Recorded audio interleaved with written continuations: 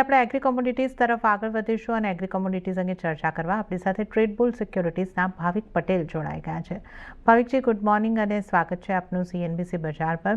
તો ભાવિકજી, સતત 4 દિવસથી હળદર ઘટાડો દર્શાવી રહી છે. આજે પણ 3.25% જેટલો ઘટાડો હળદરની અંદર જોવા મળી રહ્યો છે. તો ગયા મહિનામાં સારી મજબૂતી અને હવે આપણે જોઈ રહ્યા છે 4 દિવસથી સતત ઘટાડો, તો 19,500 સુધીના લેવલ આપણે પહોંચતા જોઈ રહ્યા છે. હળદર માટે કઈ રીતનો આપનો વ્યૂ, અને સાથે કોરિએન્ડર જીરામાં પણ દબાણ જ દેખાઈ રહ્યું છે. મસાલા પેકમાંથી આપની સલાહ કઈ રીતે બનશે? ગુડ મોર્નિંગ ચરણાજી. આઈ થિંક હવે અહીંયાથી મેં લાસ્ટ વીકે કીધું હતું કે હાઈ પ્રાઇસ જે છે એમાં પછી એક્સપેક્ટેશન હોય છે કે પ્રાઇસીસ થોડીક કરેક્ટ થાય, કારણ કે એટલા હાઈ પ્રાઇસ ઉપર આપણે જે ડિમાન્ડ જોતા હોય છે એ થોડુંક ડિસ્ટર્બ ડેફિનેટલી થતું હોય છે. એટલે અત્યારના ઇસ્યુઝ તો હતું કે જે ટ્રેડર્સ હતા એ માલ એ લોકોનો લાવતા નતા હાઈ પ્રાઇસની એક્સપેક્ટેશન માટે, પણ હવે આટલા ઊંચા ભાવે હવે ડિમાન્ડ જે છે એના ઉપર અસર થઈ રહી છે. એટલે હવે ધીમે ધીમે મને લાગે છે કે મંડીમાં એરાઇવલ સ્ટાર્ટ થઈ ગયું છે, જેના લીધે આપણે પ્રાઇસીસમાં કરેક્શન જોવા મળે. ટેકનિકલી પણ જે સપોર્ટ હતો 19,800નો એ બ્રેક થયો છે. હવે અહીંયાથી મને લાગે છે કે આ જે કરેક્શન છે હજી કરેક્ટ થઈ શકે છે 19,000થી 18,600ની આસપાસનો. તો આજના દિવસમાં પણ હળદરમાં સેલની રિકમેન્ડેશન છે 19,800ની આસપાસ વેચીને ચાલો 19,000ના ટાર્ગેટથી 20,200નો સ્ટોપ લોસ રાખી શકાય. જીરાની વાત કરીએ તો જીરામાં હજી પણ મને બહુ મંદી દેખી નથી રહી. પ્રાઇસીસ સાઇડવેઝ જ છે.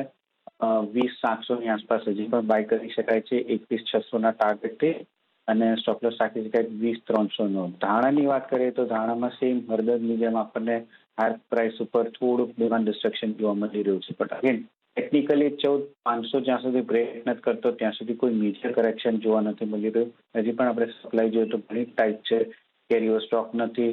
એટલે ધાણામાં પણ બાયની રેકમેન્ડેશન છે 15,300ની આસપાસ 14,500ના SLથી અને 16,200નો ટાર્ગેટ રાખી શકાય. ઓકે, તો અહીંયા આગળથી આપણે ખાસ કરીને ધાણા અને જીરાની વાત કરી, અને સાથે હળદરની પણ વાત કરી. તો અહીંયા આગળથી આપણે હળદરમાં સતત એક ઘટાડો જોઈ રહ્યા છે. હજી પણ સેલ કરીને ચાલવાની સલાહ બની રહી છે. 19,000ના ટાર્ગેટ 20,200નો સ્ટોપ લોસ રાખીને હળદરમાં વેચીને ચાલવાનું રહેશે. ધાણા અને જીરામાં ખરીદી કરીને તમે ચાલી શકો છો. તો આપણે અહીંયા આગળથી ખાસ કરીને મસાલા પેકની વાત કરીએ. ગુવાર પેકમાં પણ ભાવિકજી 0.5%ની આસપાસનું દબાણ ગુવાર કમ ગુવાર સીડ બંનેમાં જોવા મળી રહ્યું છે. અહીંયા તમારી આજના માટે કેવી રણનીતિ રાખવાની સલાહ રહેશે? ગુવાર સીડ 5800 જ્યાં સુધી બ્રેક નથી કરતો ત્યાં સુધી બાય જ કરી શકાય છે. આજના દિવસમાં આપણે જોયું કે લોનો એક સવારનો કેન્ડલ પછી ફરીથી પ્રાઇસીસ જે છે રિકવરી જોવા મળી રહી છે. તો આજના દિવસમાં 58.70ના સ્ટોપ લોસથી બાય જ કરી શકાય છે 59.50 59.60ના ટાર્ગેટથી.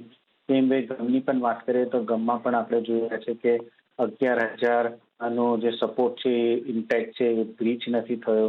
તો આમાં પણ 11,300ની આસપાસ બાય કરી શકાય છે 11,600ના ટાર્ગેટથી, અને 11,100નો સ્ટોપ લોસ રાખી શકાય છે. જ્યાં સુધી 11,000 બ્રેક નથી કરતો ગમમાં અને 5,800 સીડમાં નથી કરતો ત્યાં સુધી બાયની સ્ટ્રેટેજી રાખી દો.